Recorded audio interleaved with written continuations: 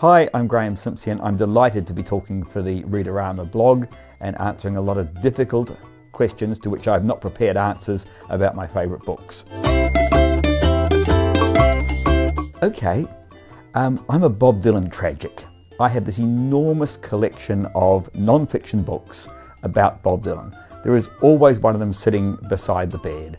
And when I go to bed, having had perhaps one too many drinks to really focus on anything intelligent, I'll pick up that and read some nonsense about how he wrote a particular song at a particular time and what it might mean.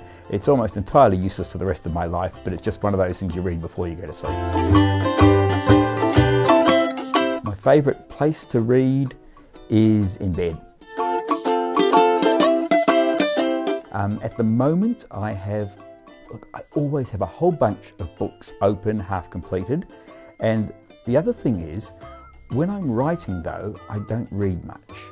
As Don Tillman would say, I'm in output mode and I don't want to be confused by input. And I actually find, so my reading when I am writing is largely dictated by what I have to read rather than what I choose to read. So I'm asked to read books for review and so forth, to promote them and so on, so I have to read those.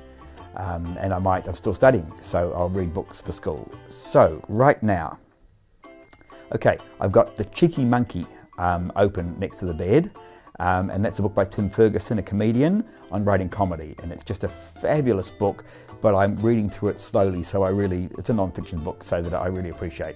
Naturally, there is a Bob Dylan book beside my bed, and I think the one at the moment is by Clinton Halen, a bit of a Bob Dylan specialist, called On the Road Again, Still on the Road. I'm going to pick Awakenings by Oliver Sacks. That's a really tough call because I like everything that Oliver Sacks has written. I mean, I could have equally picked The Man Who Mistook His Wife for a Hat, but of course that's more like short stories. And what I like about it is that it's science beautifully written. In the same league, I could even put The Selfish Gene by Richard Dawkins. Really important science, really beautifully written. 5 great popular science books, and absolutely number 1 would be a short history of nearly everything by Bill Bryson.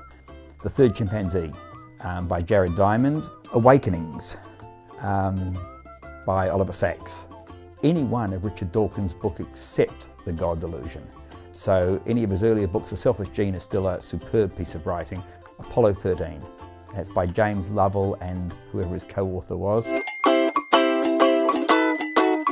Okay, so I've done 5 science books, now 5 fiction books.